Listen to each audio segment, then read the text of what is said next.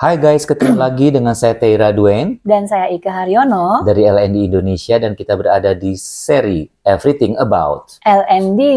Kali ini kita akan membicarakan tentang learning skill for LND professionals dengan tagline-nya apa ya baik ya? The only war worth fighting for. Dari lagu Die With A Smile, Bruno Mars dan Lady Gaga.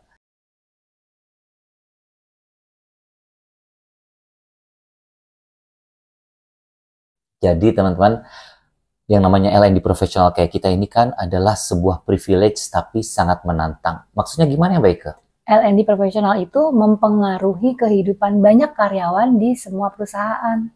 Betul, dan dia juga kan diandalkan untuk bisa mendeliver capability yang selaras dengan tujuan organisasi. Lalu para pemimpin dan karyawan itu mengharapkan kita para LND profesional ini untuk selalu menunjukkan the best we can be. The best we can be. Berarti untuk itu semua kita harus punya mindset yang namanya lifelong learning. Kalau menurut Baike apa? Oke, yang artinya menurut aku adalah menggunakan kesempatan belajar formal dan informal sepanjang kehidupan untuk mendorong pengembangan berkelanjutan dan menurut kamu?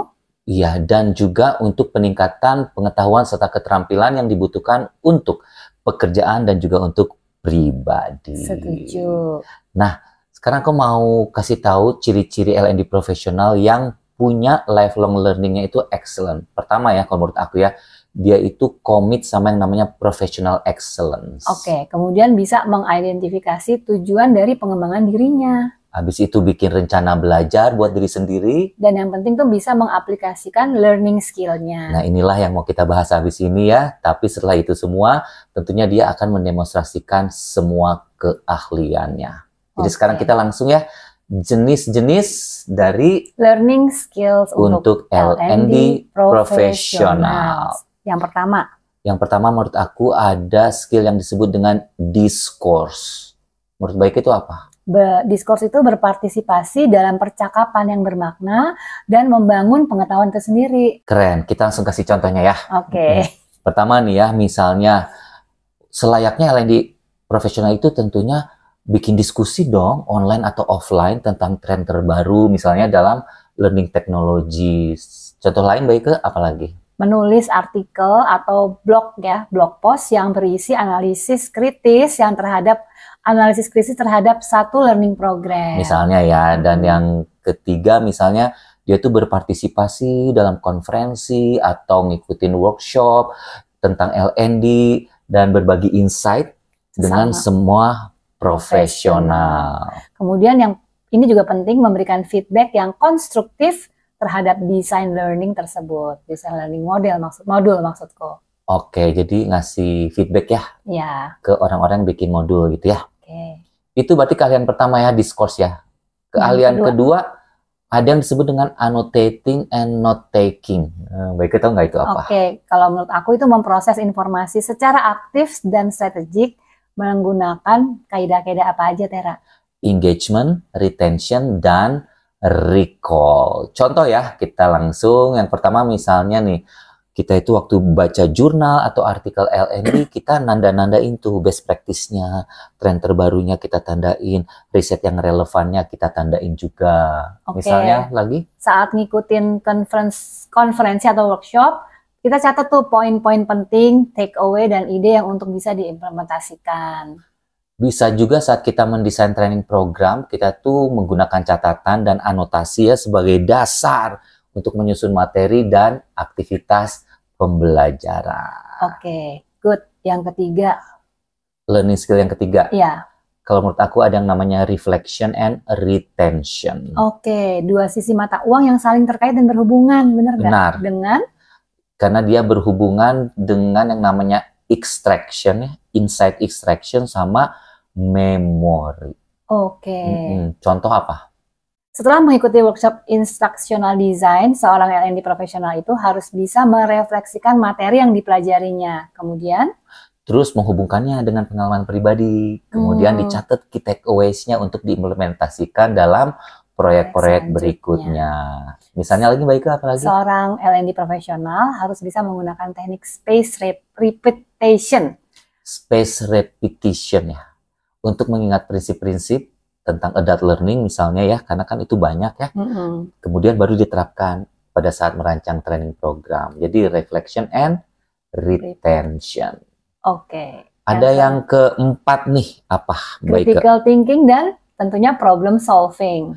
Kalau menurut aku ini penting juga karena dia untuk menghindari yang namanya pasif. Jadi kita harus critical. Kemudian kita harus menganalisis, harus berinovasi, dan juga untuk meningkatkan efektivitas, makanya critical thinking and problem solving ini penting banget. Contoh-contohnya apa aja ya, Mbak Ike ya? Oke, contoh-contoh dari critical thinking ya, menganalisis learning needs itu yang penting untuk mengidentifikasi root cause-nya dari suatu permasalahan kinerja.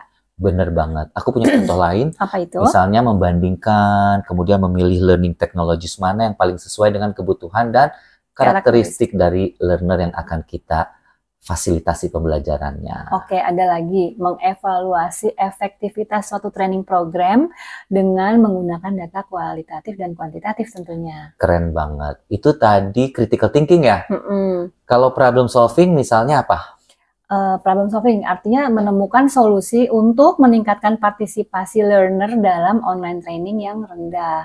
Berarti partisipasinya kemarin di online training itu rendah, Gimana kemudian caranya cari solusi. Berarti itu problem solvingnya contohnya ya. Oke, apalagi Tera?